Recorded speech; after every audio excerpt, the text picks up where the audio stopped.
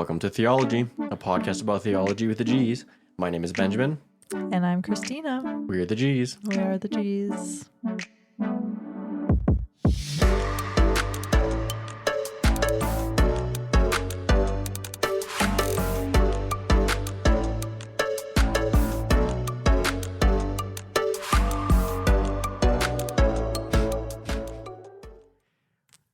Hello.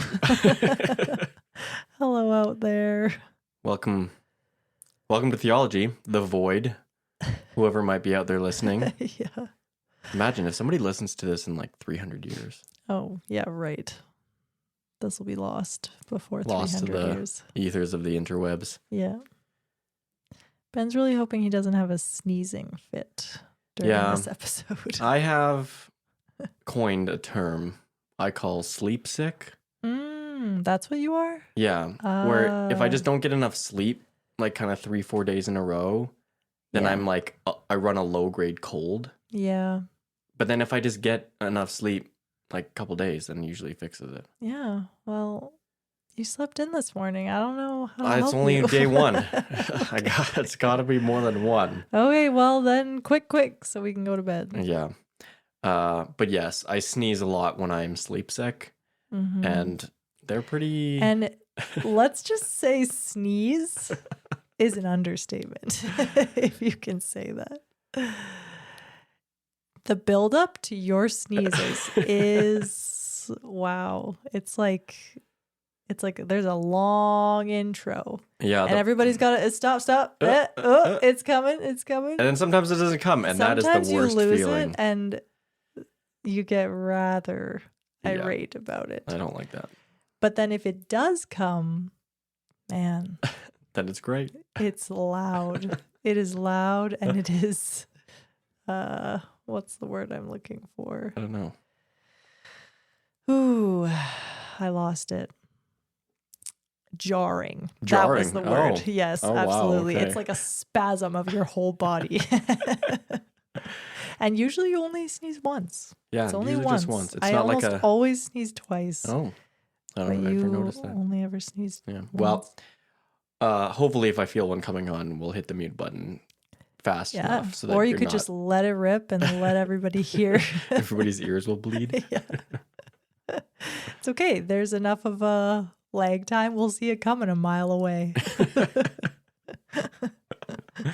Okay. Enough of talking about my sneezing habits. Today, I think this is going to be our final episode in our wisdom series. I think we'll come back to wisdom topics in the future, but... For those who have not enjoyed it, yeah. you're almost out of it. You're almost through the woods. Our terrible takes on wisdom. And we may have saved the most spicy for last.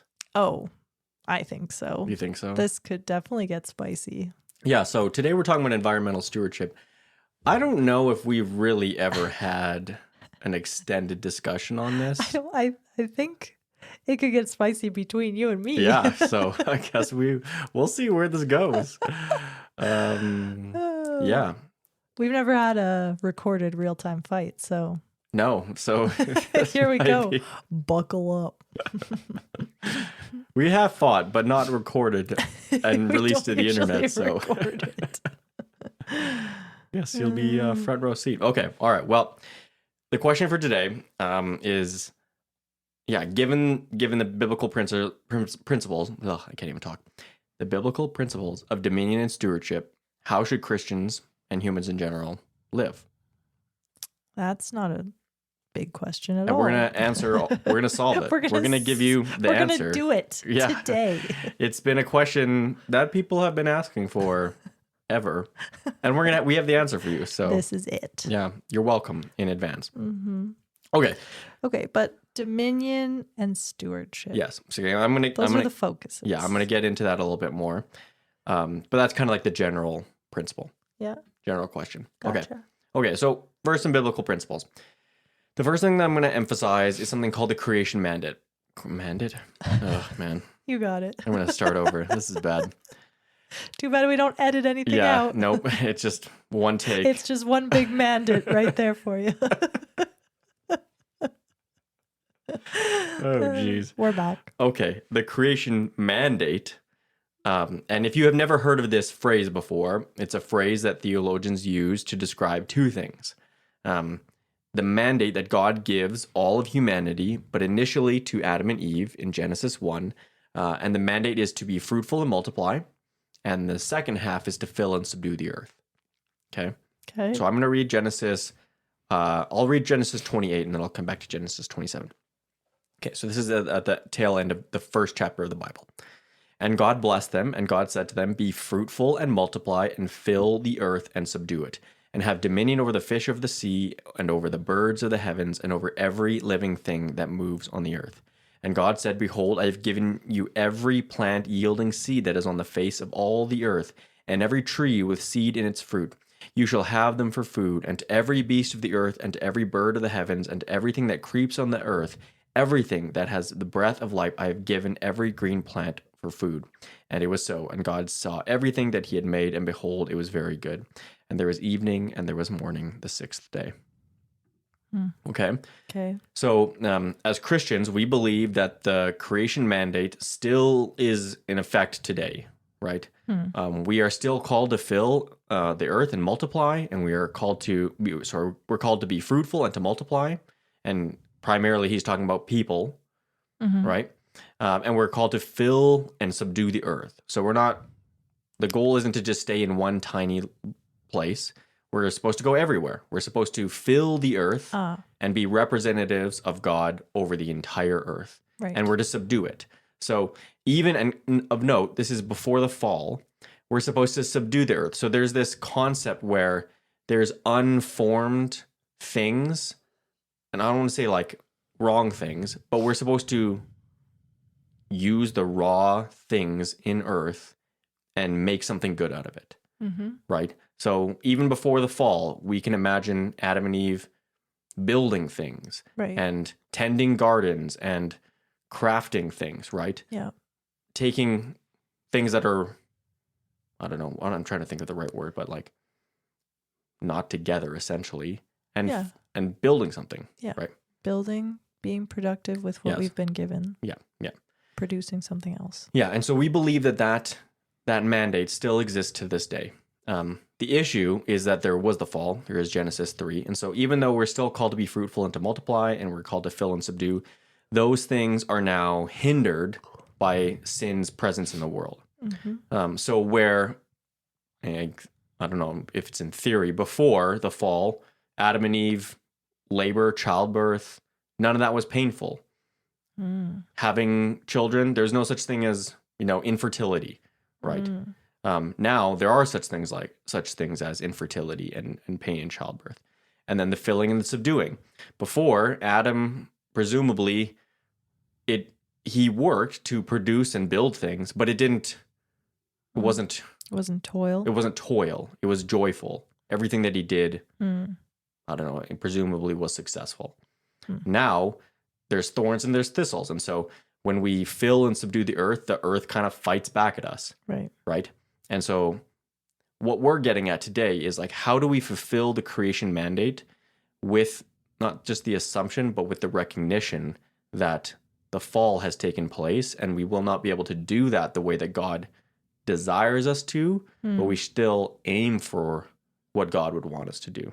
Right. As we fill and be fruitful and multiply, and as we fill and subdue the earth. Okay. Yeah. It's hard because it's not just a individual task. Right. It's like I can only control what I'm doing to fill and subdue the earth. But it's everybody on the whole earth. Yep. So that's where we get in the doo-doo. The doo-doo. I mean, as we talk about some of these topics, it seems like there's a lot of doo-doo going on. Yeah. Okay. All right. So next biblical principle. And I sort of skipped this when I read Genesis 1:28. But the prior verse, Genesis 1:27, is where we get the concept, the Imago Dei, which is that humans are created in the image of God. All humans. So it does not matter race or sex or socioeconomic status. We're all created equally in the image of God. And I'll just read that from Genesis 1. I'll read 26 and 27. Then God said, let us make man in our image after our likeness, and let them have dominion over the fish of the sea, and over birds of the heavens, and over the livestock, and over all the earth, and over every creeping thing that creeps on the earth. So God created man in his own image. In the image of God, he created him. Male and female, he created them. Mm-hmm. Right. And that the Imago Dei makes us different Yes. from everything else. Yes. Hence the subdue Yes. everything else. Like, Yeah. starting from that place is fundamentally different Yes. from how the world views, at least in the environment. Absolutely. And how we're stewarding the earth. Yeah. Yeah. Like, that's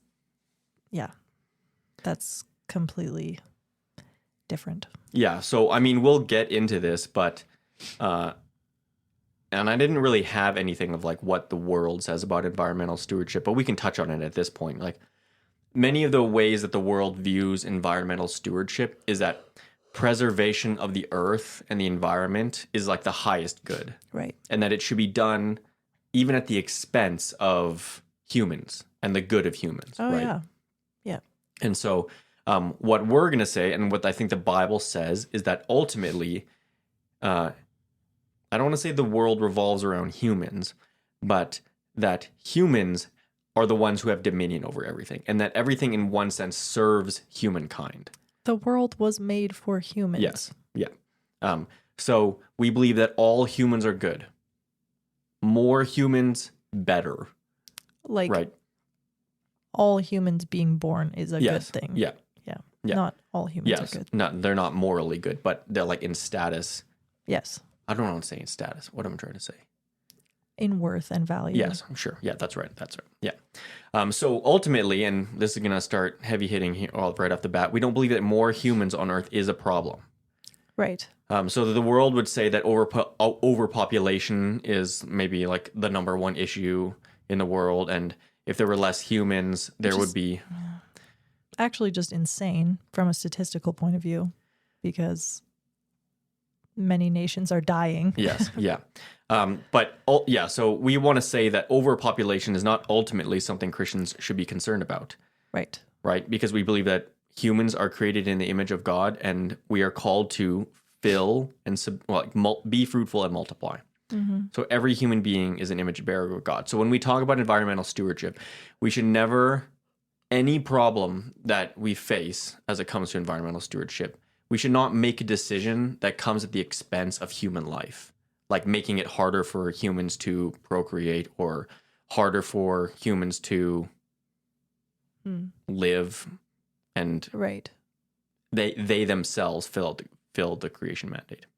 Yes. Now, there's going to be maybe a little bit of nuance to that, but Yeah. that's the general principle. Fill and subdue does not mean you can do whatever you want to it, though. Yes, absolutely. And that's going to be really the extent of our whole discussion, is like, Right. what does it mean to fill and subdue well? Right. Right. Okay. It's complicated. It's getting very complicated. Okay, then the next principle, and we already touched on this, that the earth is a gift for human life, right? Very clearly in Genesis, it talks about like the fish in the sea and the birds in the sky and every tree and everything on earth. Like, what does it say in Genesis 1:26? And let them have dominion over the fish of the sea and over the birds of the heavens and over the livestock and over all the earth. Mm-hmm. So all of the earth we have dominion over, right? So we're not ultimately trying to save the earth for earth's sake, right? Right. The earth is been given here as a gift to humans to use. Right. I think that Christians should not be getting caught up in this, but I think the prevailing, what am I trying to say? Theme. Yes, theme is that this is our one home. Mm-hmm. We have to save it at all costs. Yeah. We can't screw it up. Yeah. And we're currently screwing it up. Yeah. And so we're all going to die. Yeah. And we need to save it. Yeah. Whereas believers should come at it from the angle of, this actually isn't our ultimate home. Mm-hmm. This home was given to us as a temporary place. Mm-hmm. And yes, we should take care of it because we were called to fill and subdue it. But this is not where we're ultimately going to end up. Yeah. And God has a plan for the earth. Yes. Yeah. So, I mean, we're going to talk about renewable, non-renewable resources right away. But ultimately, we believe that whatever happens to the earth is in God's plan. Right. Like, there's nothing outside of his plan. Like, if we tear a hole in the ozone, Right. that wasn't unforeseen by God. And God isn't Yeah. like, what do we do? Yeah. They ruined the ozone. He has a plan. And that doesn't mean that we can do whatever we want, like you just said. But there should be a level of trust that, like, whatever does happen, we know that God is in control. Right. And that there's a new heavens and a new earth, and this earth is going to be refined by fire, and the new heavens and the new earth will be perfect. Yeah. Right. Yeah. Yep. Okay. So on that, like, the earth and its resources are a gift to humans to help us exist, like necessary for our survival, right? We need the sun. The sun is the primary source. It's essentially almost the only source of energy in our entire world. Wow. Okay. Yeah. I mean, and this was actually, I remember this was like a question on my chemistry exam. Do you remember that? I remember my chemistry teacher prepping us that they were going to be able to ask one question, like, what's the ultimate source of energy for the world? Oh. And it's always the sun. Every living creature relies on the sun for energy, apart from like crustaceans that live in the bottom of the ocean, like on thermal vents. Right. Yeah. Anyways, we need the soil. We need the ground to grow food. We need water to drink. We need to stay warm in order to live, which means we need shelter. So everything on the earth has been given to us to help us to live. Right. And that we have been given dominion over the earth, such that, like, the earth and its resources, we are supposed to consume the resources of the earth to live. Right. Right. So cutting down a tree to build a house is good. Yeah. It shouldn't be ultimately a controversial statement that using trees to Right. provide shelter for us is good. Yeah. That farming land to eat food Right. is It's good. a good thing. Right. Yeah. Okay. Yeah. Yeah. So, I mean, hopefully before we get into like maybe the more controversial things here, that I think everything that we have just said is something that we think that all Christians should agree on. That there's nothing in there that we have said that is actually controversial, and that needs to be like our starting ground before we go and talk about Right. climate change or recycling or compost or fossil fuels or whatever. All of those things are ultimately like secondary to these first primary biblical principles that we need to agree on. Right. And if we can't agree on those things, at least as Christians, we're never going to agree on anything. And then I think one of the reasons why, I don't want to say Christians, but like there's so much division in the world about what environmental stewardship looks like is because we can't agree on those fundamentals. Right. We don't ultimately agree that all humans are good or that we've been given dominion over the earth. Right. And so or that it's here for us. for us. Yeah. Okay. Keep going. Let's roll. Let's roll. Okay. So we're going to talk about renewable and non-renewable energy sources. So this is going to be a bit of like a scientific history lesson. Yeah. And then we're going to talk about what it actually means as it relates to environmental stewardship. Okay. Okay. So first things first. First principles. I say this all the time at work. First principles. Don't ask me a question. No. No. Okay. So at the most basic level, humans need shelter and food to survive, right? Yes. Unless you live in San Diego, where it's like perfect weather all the year round. And even there, you need shelter and you need food to survive. Yes. Yeah. Okay. So for most of human history, humans have barely found a way to get what they need each day to survive. Right. That's what you spent your time doing. Yes. Surviving. And not like surviving for like a week from now or like a year from now, but surviving for today. And humans have progressively been able to extend the planning and preparation that we need to do to survive, like storing things for winter and Right. canning goods or whatever. Yeah. But for the most part, we have been able to find what we need like day to day. Yeah. We need the resources of the earth to give us the food to eat and shelter to not die. We have to get it from somewhere. Yeah. Okay. Yes. Next thing, the earth essentially has a fixed amount of resources, right? So this is kind of like related to the conservation of energy and mass and like scientific principles, but like we have all the copper atoms we will ever have on the earth. We have all the aluminum that we'll ever have on the earth. Right. All the carbon. Yes. There is a fixed amount. So unless we go mining asteroids, we're not going to get more. You can't produce any of those in a lab. No, you cannot. You can produce like compounds like CO2, CO is carbon and oxygen, right? Yes. And you can break them apart and do things. But we have all the carbon and we have all the oxygen we'll ever have. Okay. You cannot, well, okay. You sort of can produce these things in the lab, which is what scientists do when they like slam atoms together to make heavier atoms. And that's kind of what nuclear fusion is. You take two smaller elements and you slam them together and it produces a ton of energy and you create a new element. But not in theory, in practice, you cannot create more carbon, at least not like in a cost-effective way. Okay. Yeah. Okay. Take your word for it. Yeah, you can take my word from it. Our scientist listeners can fact check me, but I'm sure that's right. Okay. So all of these resources that we have can essentially be categorized into renewable or non-renewable resources. Mm-hmm. So a renewable resource is like a system or process that given enough time will self-generate more of the same thing. Okay, so this is not like carbon, self-generating carbon, but like a forest. They grow, Right. they live, scatter seeds, the trees dies, left alone, they keep growing more trees. So it's like a continuous cycle. Yep. So in theory, sustainable is like a hard word. Mm-hmm. It's thrown around loaded. a lot. It's very loaded. But a sustainable, quote unquote, forestry operation is one in such that where the harvesting of trees is done in such a way that the forest can continue to grow more trees on its own in like a reasonable time scale.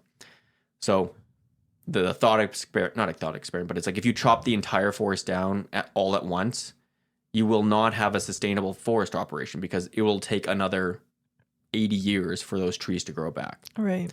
But if you slowly and more methodically chop those trees down, don't do it all at once, you give time for the forest to grow back such that you don't run out of trees all at once. Right. Okay, same thing like fish and animal populations. If you hunt an animal to extinction, you Right. will get no more animals. No more. No more animals, which is essentially what happened in Canada with like the beaver trade.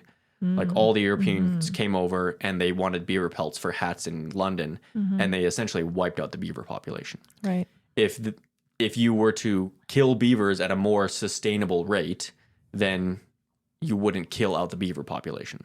Right. And I think You humans have more historically pelts. have been pretty bad at wiping out animal populations for the consumption of things.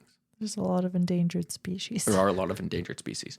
Water. Water is actually a renewable resource because the water cycle ensures that we will continue to have more water.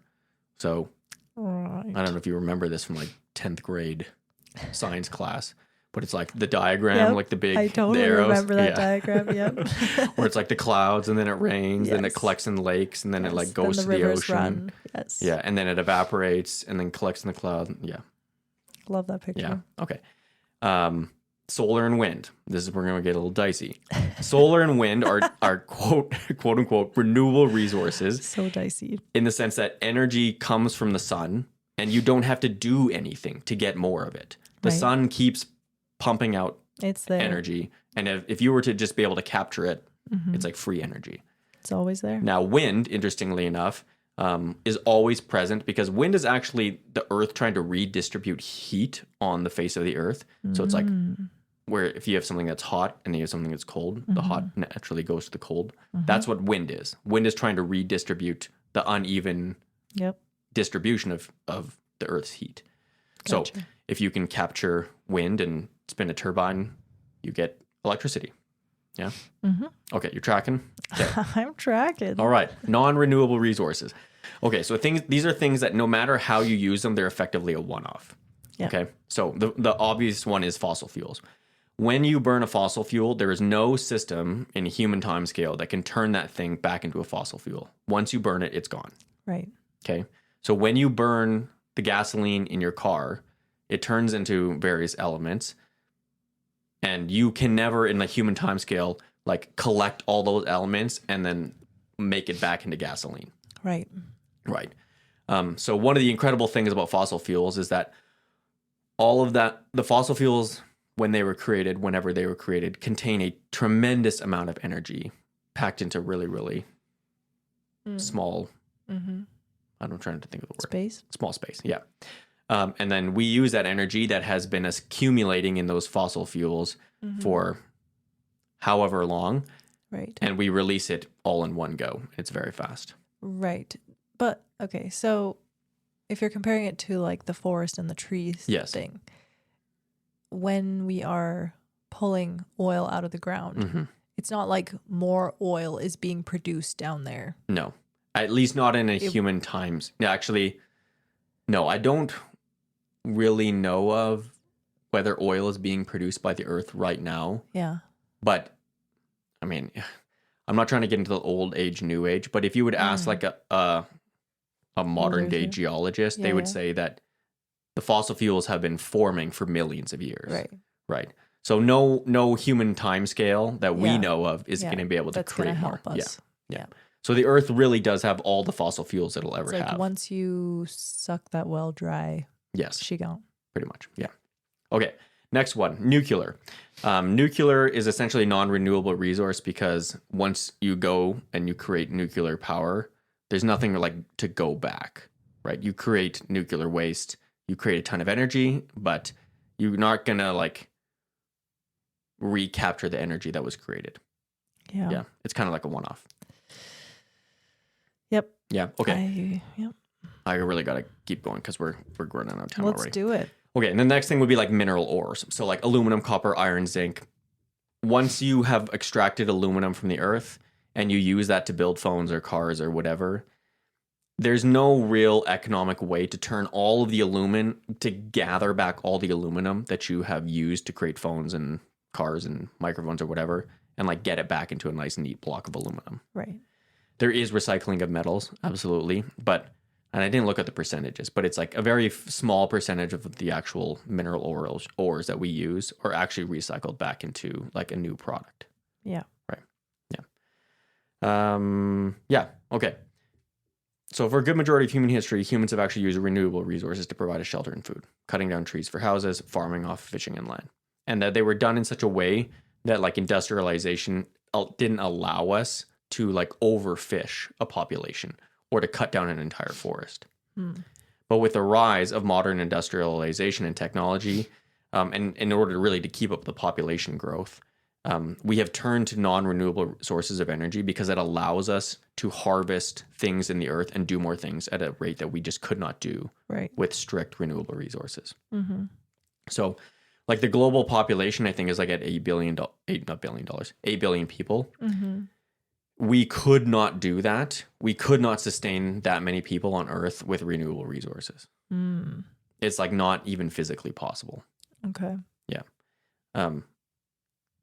So, yeah, namely like oil. Without oil, the Earth could not look like it does today. Right. And so the question then is like, should humans / Christians prefer renewable over non-renewable sources of energy? And I think what I am going to say is that, well, I think it's not just like my personal opinion, but it's like a scientific fact that non-renewable sources of energies are a necessity to sustain the population of the earth. Right. And that non-renewable resources will likely continue to be used for a very, very long period of time. Yeah. And so whether or not you think that using fossil fuels is bad for the environment or it's contributing to climate change or whatever, those are all very possible. Right. I think the fact is that we have to use them I get for what you're humans saying. Yeah. to do what we're doing. Like it doesn't matter if you think they're bad for us. Yes. We need them. Yeah, we need them. essentially. And so there are ways to consume non-renewable resources in a way that is, I don't want to say more sustainable, but more conducive to like human flourishing and human life and human health. But we have to use them. Right. And so even if you had a magic wand, you wanted to snap your fingers and say, no more oil. Yeah. You would kill basically everybody on Earth. Like everybody would just die. Really? Yes. Yeah. Apart from like jungle tribes that don't use oil. If you use oil, Right. you would not be able to survive, Which is everyone. which is basically everyone. Okay. Yeah. Mm-hmm. Okay. Now, on the topic of renewable resources, I think this is where, well, we live in Alberta, which is like a pretty conservative province. When we start talking about like more adoption of renewable resources and like more sustainable ways to use renewable resources, like more sustainable logging and fishing and hunting, all of a sudden you're like a green hippie who is like in love with Mother Earth. Oh, because we live here. Because we live here. Yeah. And what I want to say is that I don't think, like, saying that we need non-renewable resources to sustain the humans on Earth is not contrary to the idea of like we can still do things in a sustainable and renewable way. We don't have to fish populations to extinction. We don't have to cut forests down en masse so that they can't regrow. We don't have to, like, those two things can be true at once. Yeah. You're saying we should be seeking ways Yes. to use our renewable resources more sustainably. Yeah. And I don't think that makes me like a Mother Earth loving hippie. That makes me somebody who's trying to steward the resources that God has given us well. Right. Like, let's take rhinos, for example. Rhinos are an endangered species because they've been hunted nearly to extinction for, like, essentially, well, like in China a lot for like ancient medical practices because they think the rhino tusks are like magic. I would love my children one day to be able to maybe go to a zoo, maybe go to an African safari and see a rhino, like a real living rhino, as like a reflection of God's creativity and his imagination and like the beauty of that incredible creature. But if we hunt that animal to extinction, they'll never get to do that. Right. And is that, I would say that that's kind of antithetical to the fill and subdue. Right. Where it's like, let's not use every resource till it's absolutely gone and then just move on to the next resource. Right. Like, can we not spread out the consumption of resources such that these things can like self-regenerate? Yeah. Or weigh our actual need for the resource. Sure. Yes. With how precious it is. Yes. And with the rise of industrialization, we have been able to consume things not just for needs, but for wants. Right. Right. And so we all need shelter. Do we all need to live in the houses that we live in? Right. No, not necessarily. Do we need to eat rhinos or use their tusks to make medicine? Well, at least scientifically, we would say no. But even if we did, is there a way to produce it and to consume the rhinos so they don't all die out? Yeah. Yeah. These are good questions. So I want to say that I think it's possible for these things to be true at the same time. And I think it's possible for us to invest in things like more renewable forms of energy and production. And that not mean I'm like I hate oil. Yeah. Right? Yeah. And I hate oil, like jobs that get produced in Alberta. Alberta. Yes. Like, I don't think in principle, investment into solar is a bad idea. And generally, when you say solar in Alberta, everybody's like, why? yeah. Why would we even be thinking about that? Yes. And there's like, and the production of the solar panels consumes more energy than, and it's like, maybe that's all true. But I think in general and in principle, we can invest in things like solar and invest in things like, and use the surplus of the other resources that we consume to find ways to not be so dependent on oil. Okay. Yeah. Yeah. The thing is, I don't really know much about solar. Sure. But it's like, what about things like electric vehicles? Yeah. That are supposed to be very environmentally focused, but the materials needed to make the batteries inside them are like really hard to mine. Yes. Yeah, absolutely. And degrade the earth to produce those batteries. Yeah, I think all of those things are valid things to be concerned about. And if ultimately you did the math and all of the energy it took to produce an electric car and the batteries and all of those outweighs the actual fossil fuels that you will need to consume to run a gasoline car, right? Then yeah, that's like a no-brainer.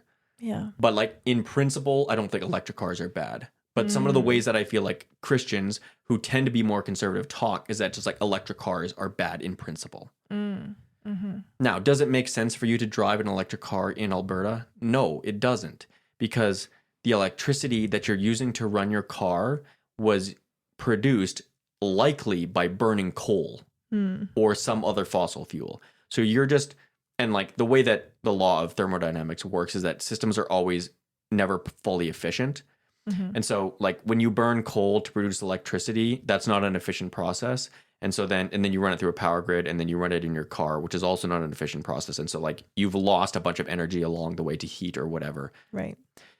You probably would have been better off just burning gasoline because it's a more efficient process.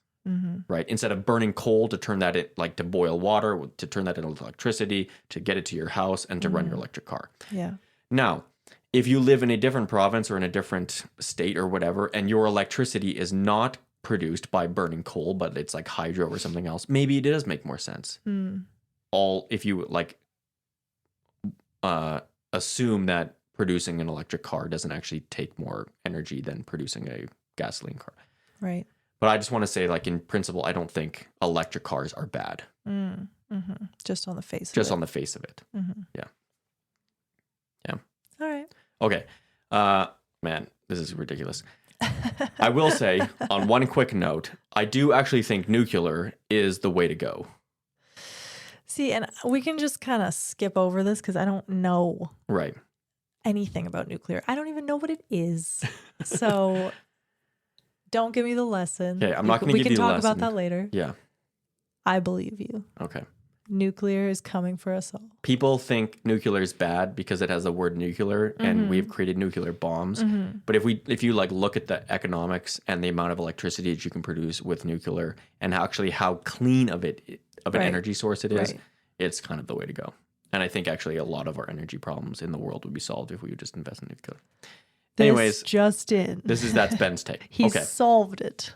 Okay, we are going to now shift to is this going to be a 2-episode thing? I think so. See, and I always know it is going to be. Okay, well, Can we just blitz it? Let's just do a long episode. Okay, sure. Well, we'll see. Okay. We're going to shift now completely from the conversation about like energy source to a completely different topic that's related to the environment, which is consumer culture and the way that we consume and produce things. Yeah. Okay. I don't like this as much. Yeah. Is this where we're going to be in more I fighting? I don't know. Okay.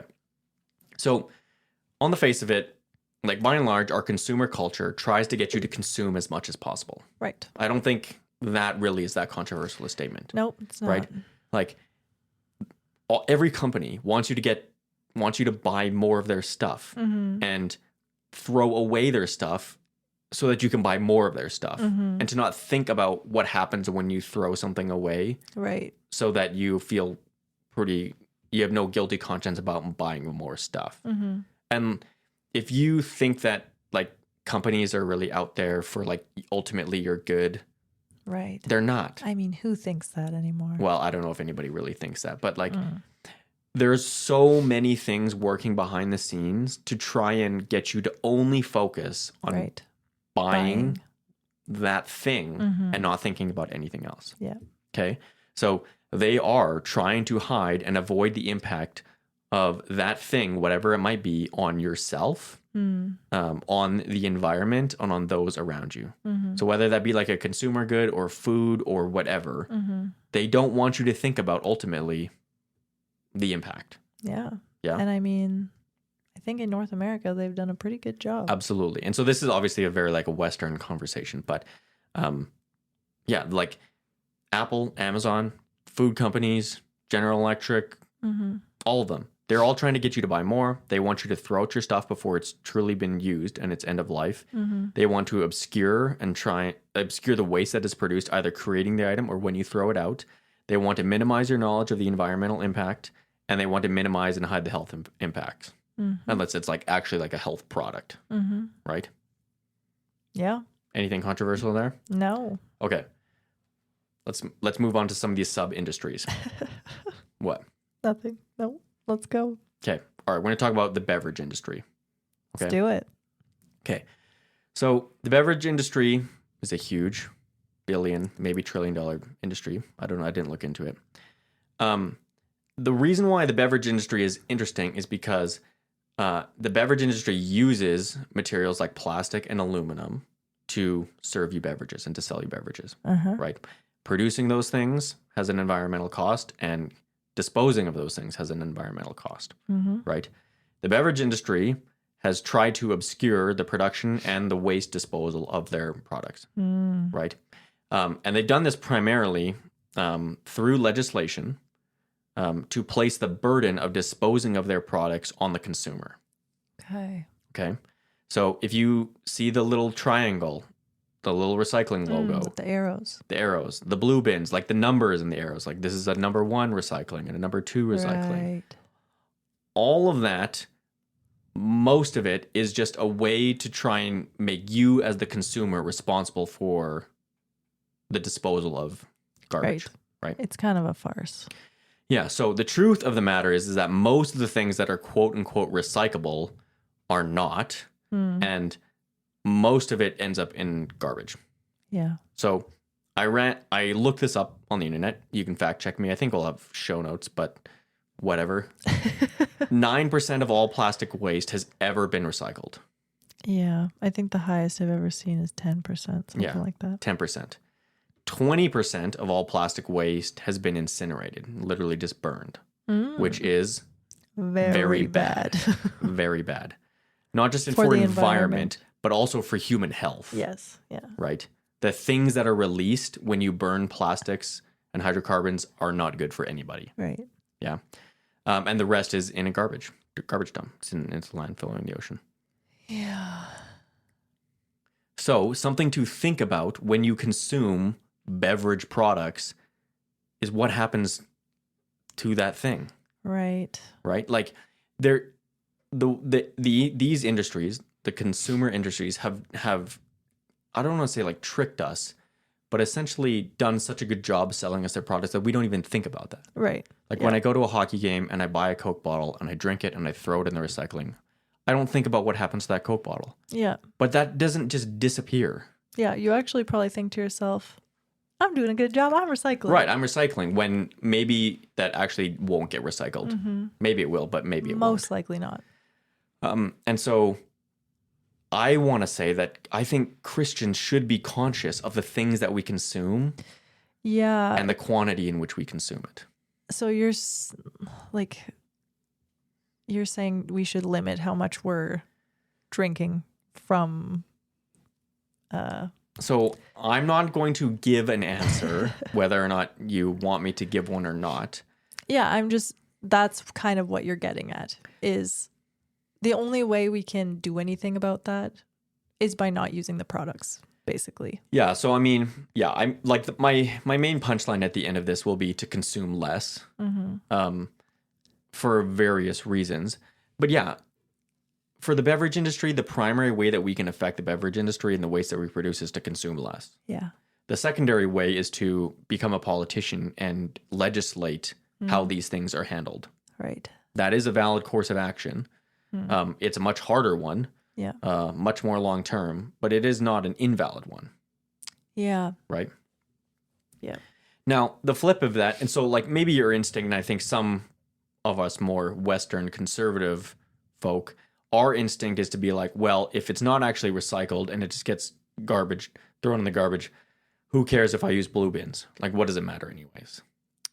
I mean, at 9%, I think that's somewhat of a valid, not like, who cares, I'm not going to try at all, but being a little bit more realistic to ourselves that like, I'm not actually doing much for the environment by throwing this in the blue bin. Like, I'm not saving the planet by recycling. I'm probably just adding to the waste by using this product. Potentially, but I think what that attitude reflects is a zero-sum game where it's like, because it's only 9%, it doesn't even matter. And the thing is if you don't recycle it, right, there's a 0% chance that it does get recycled. I'm not saying and a 100% chance that it will end up in a landfill, in a river, in an ocean, where it will leach chemicals into the environment, which is not just bad for the environment, but which is bad for human beings themselves. Right.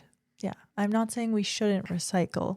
I'm just saying we probably shouldn't have a superior attitude that we are not part of the problem. Yes, absolutely. When we recycle. Yeah. We are a part of the problem as consumers. We literally have no control over what happens to that thing once we put it in our blue bin and it gets dumped in the recycle truck. That's true. That is true. So the thing that I want to emphasize is that we can hold these two things in tension where we have little control over what happens to our garbage.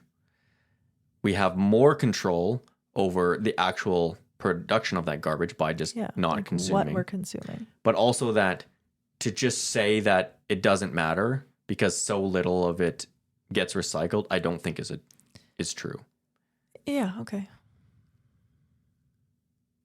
9% is better than 0% is what I'm going to say. Yeah, that's true.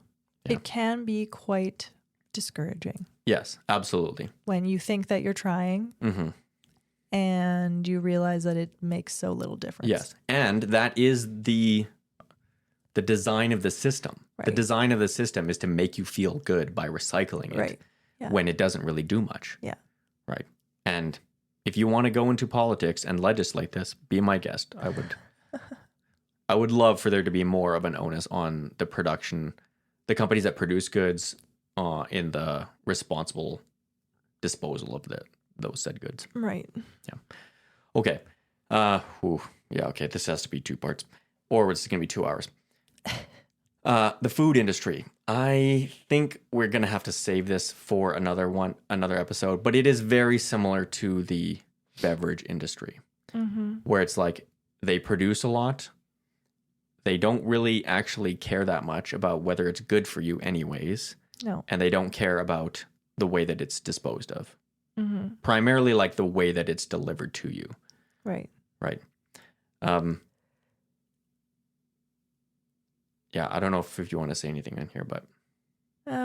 no, let's move on. Okay. If you think that food companies care about you, you are joking yourself. Yeah. I will just say that. Yeah. Okay, let's go to technology because this one is maybe a little bit more up my alley. Okay, obviously the theme when it comes to technology and technological goods is just more and more and more. We're buying phones that we don't really need.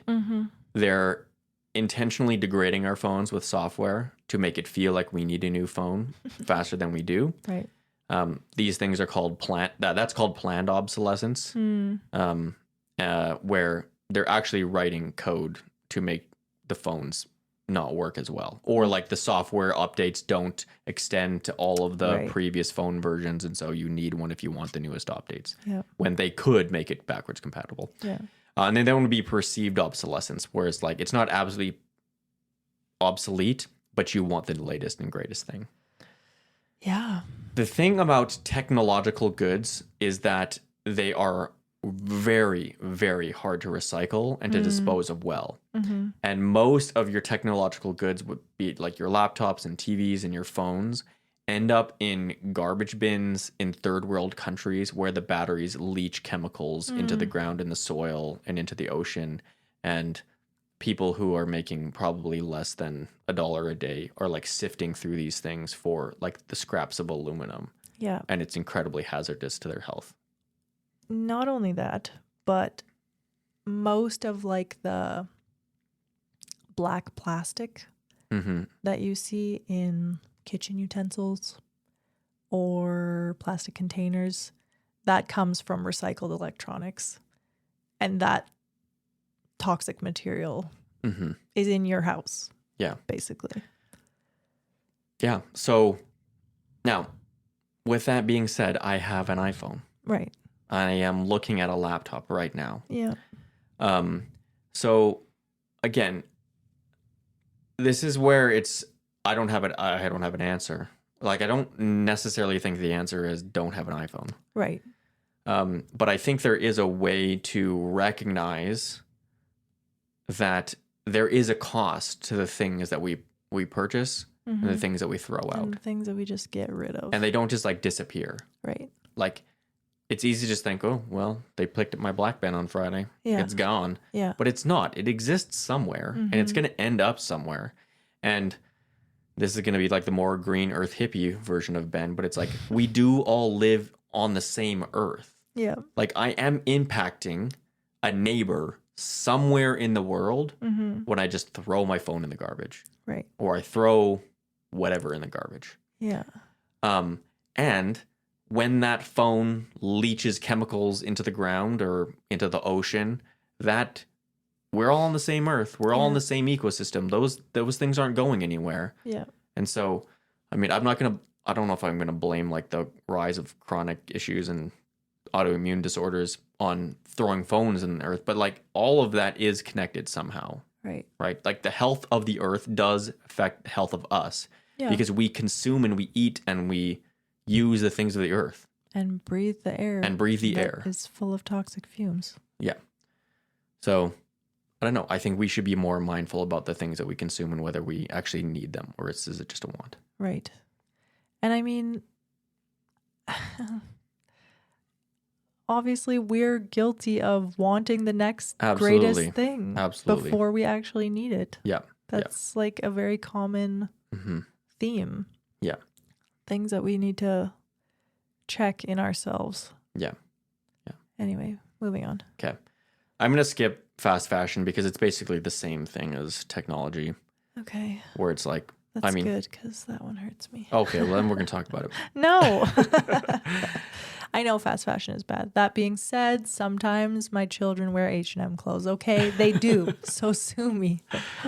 Yeah, we're going to, okay, so I don't know. Just Google how bad the fashion industry is on the earth. Right. It's bad. It's very, very bad. Yeah. Like the chemicals that are used to produce clothing, the chemicals that are released because clothing is produced, the amount of water.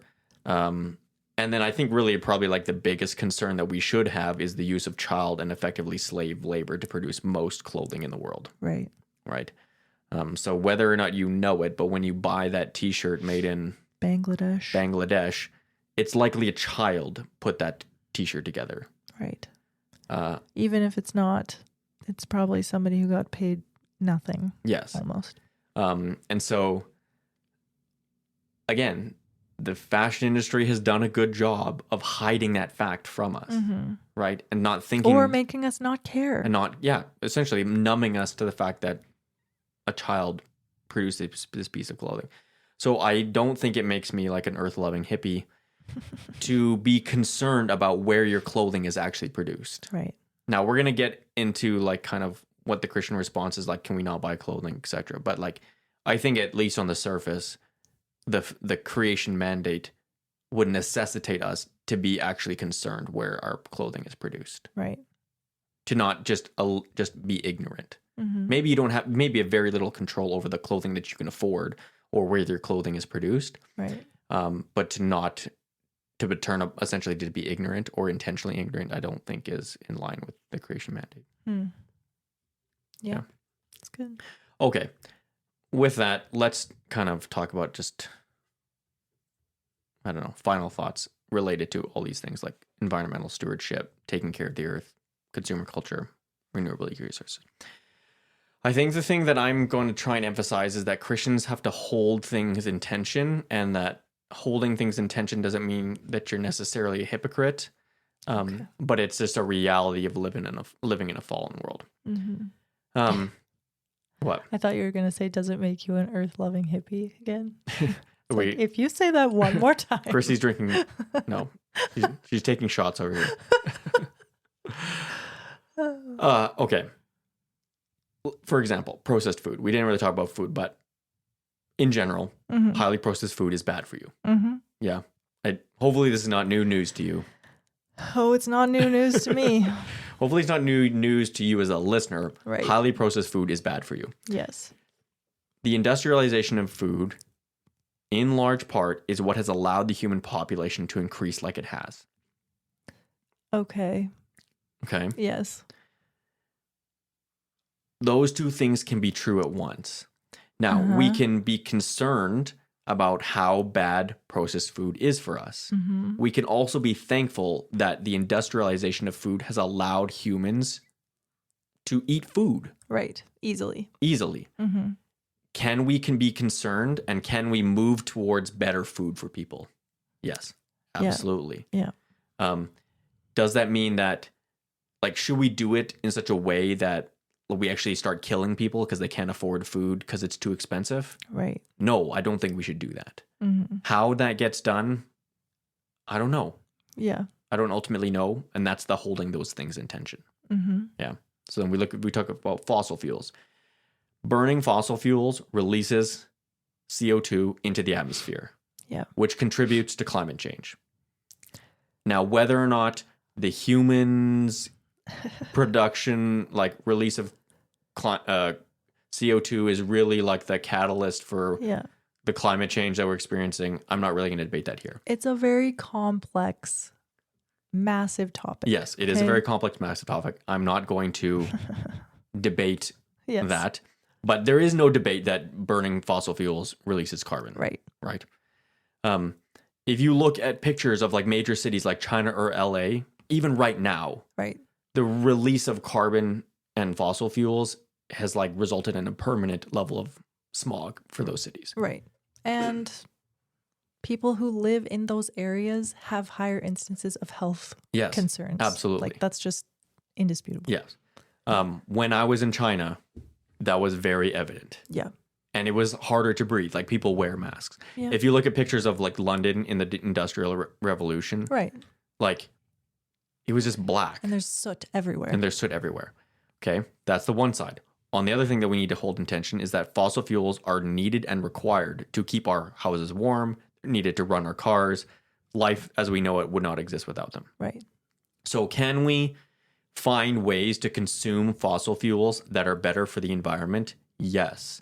Should we? Yes. I think the obvious answer is yes. Like government regulation has helped London turn back into a city where you can breathe the air. Right. And so for as much as you're like small government, big government, yada, yada, yada, it's like in one sense, legislation that helps us produce and consume fossil fuels in more not as sustainable ways, more healthy ways, I think is a good idea. Right. Yeah. Now, that doesn't mean that I hate oil or I hate all the jobs that Albertans have because of the oil industry. I think those are good things. Yeah. And I also think that like if taking up like what I'm trying to say, like if we produce less or are not as efficient at producing oil because there are more environmental regulations is not necessarily a bad thing. Now, that's also a big complicated topic because it's like, well, if we have all these environmental regulations in Alberta, which means that we're not as efficient and we can't produce oil at the same rate as countries like Saudi Arabia or other Middle Eastern countries that have no legislations and they can produce as much as they can. Now, what I want to say is like, from a Christian perspective, just because another nation does something one way and is bad and is not filling out the creation mandate doesn't mean that we have a license to just do it any way that we want. Right. I think there is an onus on us as a country, on us as a people, to be good stewards of the environment, like good stewards of the earth that God has given us. Yeah. Does that make us less competitive on the world scale? Maybe, probably. Does that impact jobs? Yeah, maybe, probably. I don't know. These are the things where I think it's important to recognize that there's a tension here. Yeah. And that one or the other doesn't make us earth-loving hippies. Which I'm getting the sense is a very bad thing in your mind. I mean, to be an earth-loving hippie. Anyways, I'm sorry if you're an earth-loving hippie. The thing is, I think, it's important for us to remember these things. That I hate the word nuanced, but every like topic like this, everything is trade-offs, right? Yes. It's like you can't have any perfect system. Yeah. But the way these things are talked about nowadays in our current cultural climate, it's like there is only one thing. Yeah. One thing must be the priority, and you must X everything else out. Like Yeah. if you love oil, you hate the environment. Yes. Yeah.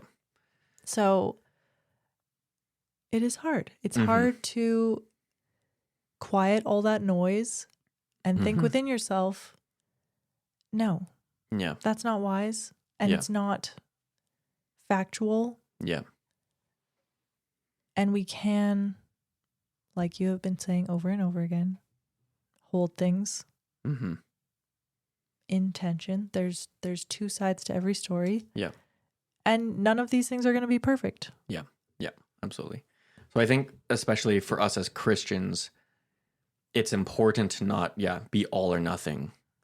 Yeah. Throw the baby out with the bathwater. But or like let the trigger words actually like drive you crazy. If like if somebody says, I don't know, I bought an electric car.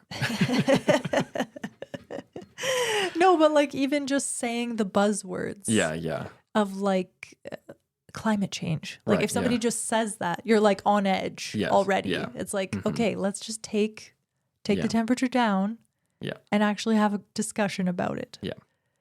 No, it's like not even that I can have a discussion about any of this stuff. I don't know anything, but yeah, this is good. That's good. Okay. Here are my final thoughts. Oh. And this is going to be mainly me just rambling and I don't know, trying to find not answers, but just like recognize that I don't have the answers.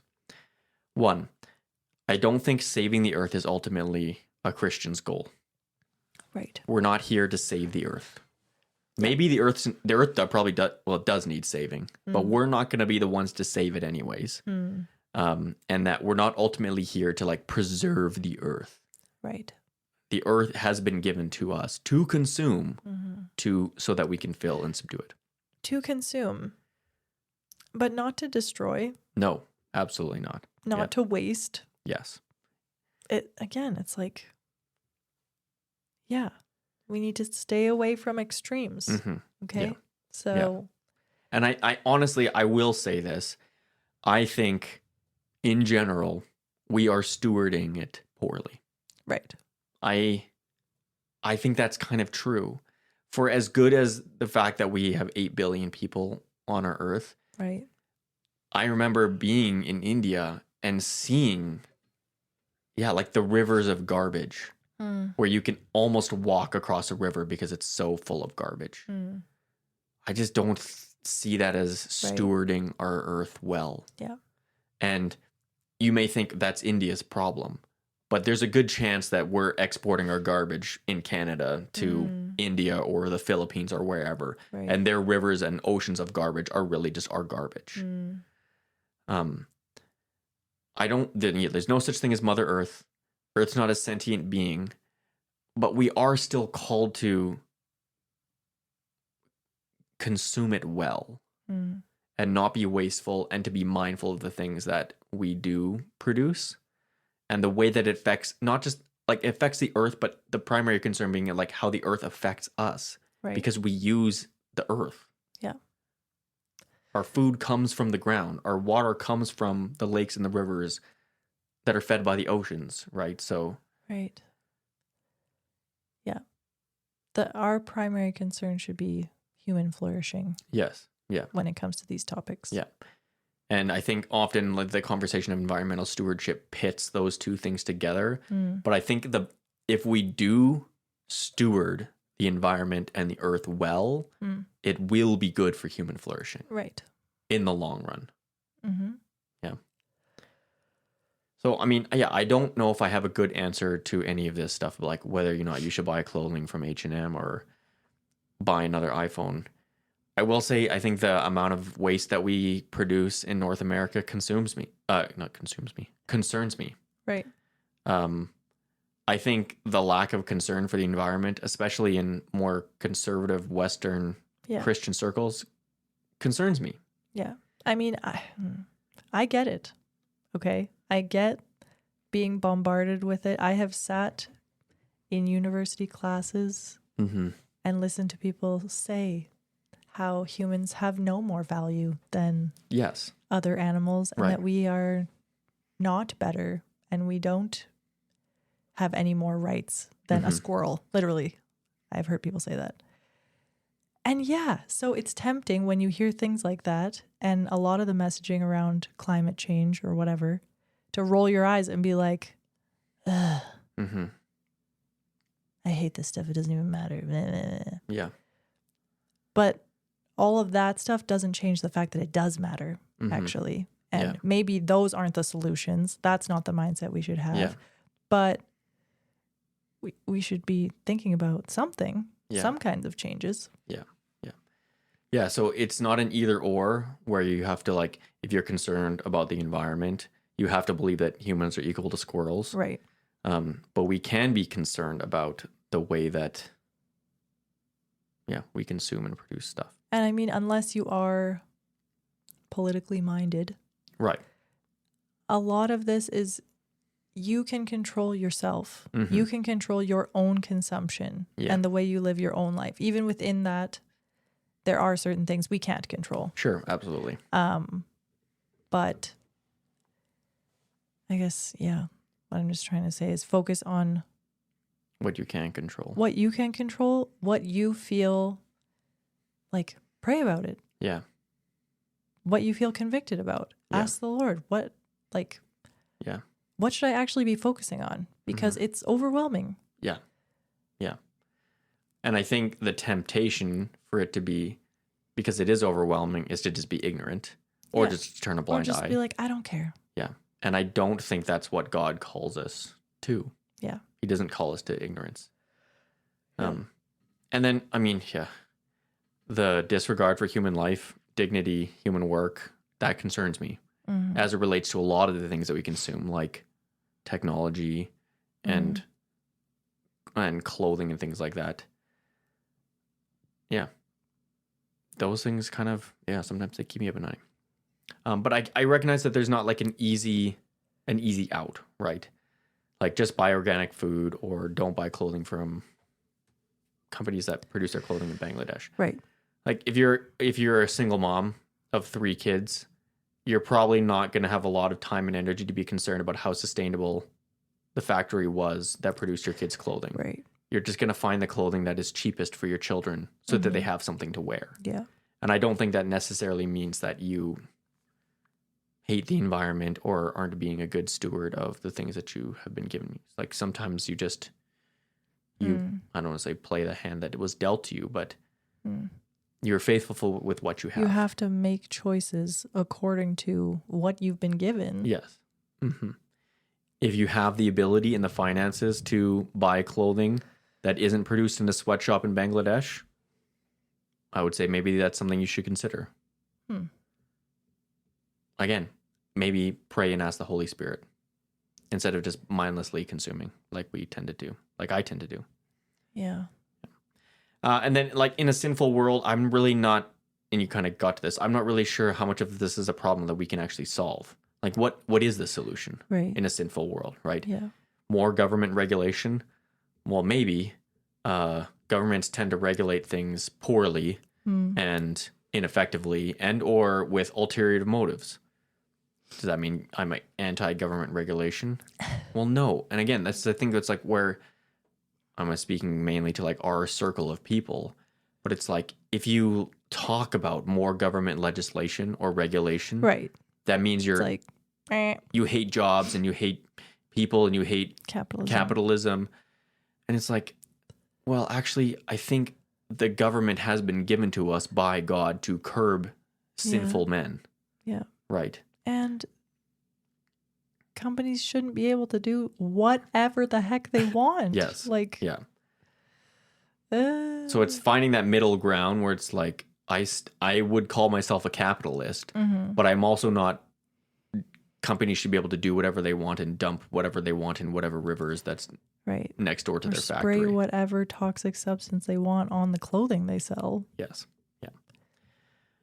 I think the realistic thing is that like in a capitalistic system, which I think is essentially a law of nature, companies and humans and like they will prioritize the bottom line above the impact on our health and our kids' health. And so we just have to recognize that that's a reality of the situation.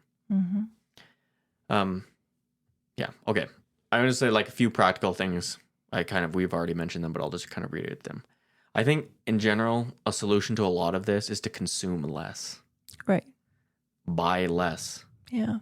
buy used things, Yeah. fixing things that you have, not buying new, Yeah. buying things that last. Now, this one is maybe a bit more controversial and maybe even more pretentious of me, but like buying the same thing 5 times because it breaks down, or buying one high quality thing that lasts 5 product lifetimes, which is ultimately probably better for everybody. Probably the thing that lasts. Yeah. I mean, if it truly does last, yes. Hard Sure. to know if it will actually last or if it's actually worth the money, but yeah. But I think, again, in principle, that's maybe not necessarily that bad of a principle. Sometimes you don't have the money to buy the expensive thing that lasts, and you can only afford the, and I recognize that that's true. I think one of the things, again, this is kind of speaking to like our camp about like, well, it's an imperfect system, so what does it matter? It's like, what does it matter recycling? What does it matter where I buy my clothing? I can't control these things, so I'm just going to like participate anyways.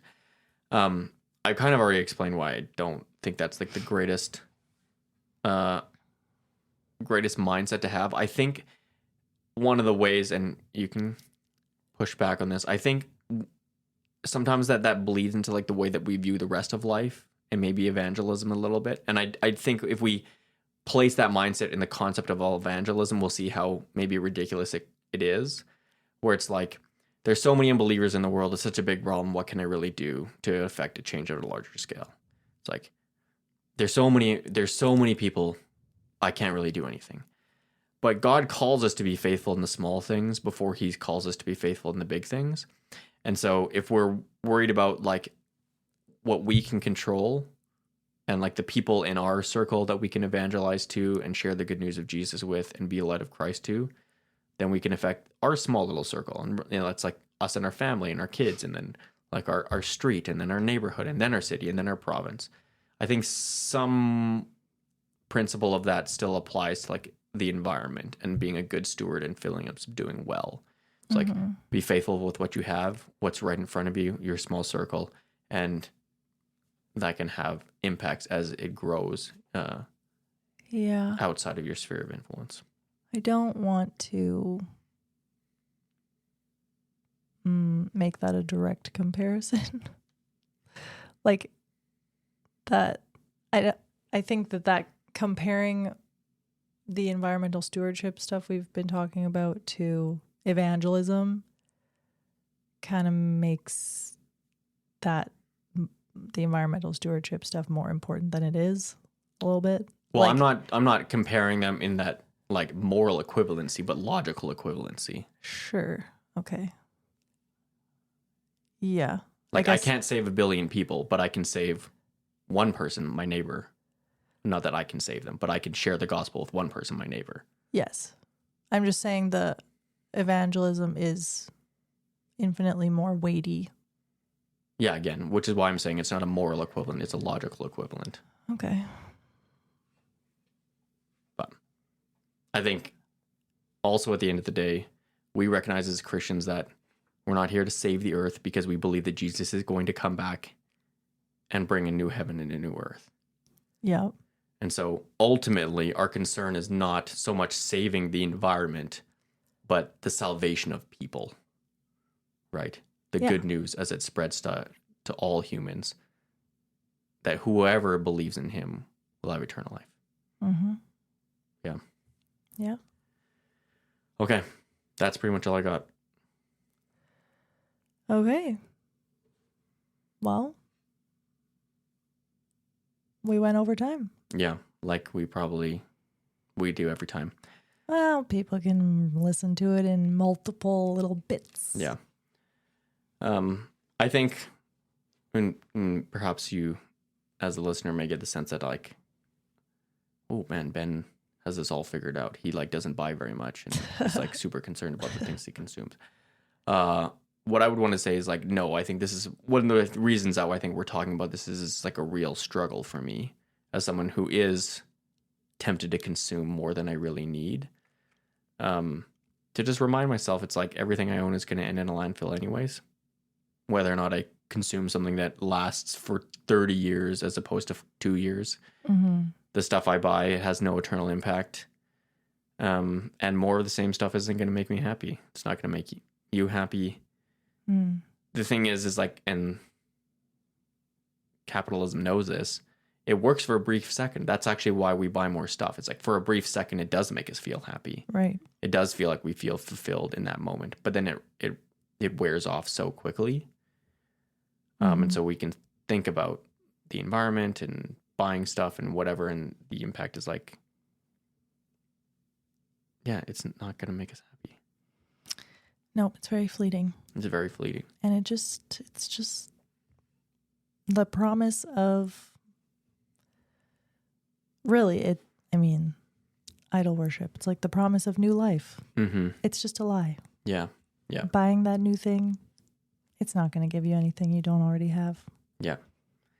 And so as that relates to like being a good steward of the earth, if buying something makes me temporarily happy, but is not a good steward of the things God has given us, maybe that's something we should be concerned about. Yep. Okay. All right. Okay. Well, I am not probably going to post any show notes. You can fact check me and you can, well, we don't have Twitter, so we don't have X as it's Email called us. now. Sure. Email us. And if you have facts about actually how solar is bad for the environment, or nuclear is not the answer, or something I said is not theologically true, hit me up. Great. All right. Okay. Well, that was Theology. We're the G's. You can find out more about our podcast at theology.ca. Theology.ca. Follow us on Instagram at Theology Podcast and send us your questions to questiontheology.ca. The grace of our Lord Jesus Christ and the love of God and the fellowship of the Holy Spirit be with you all. Amen. Amen.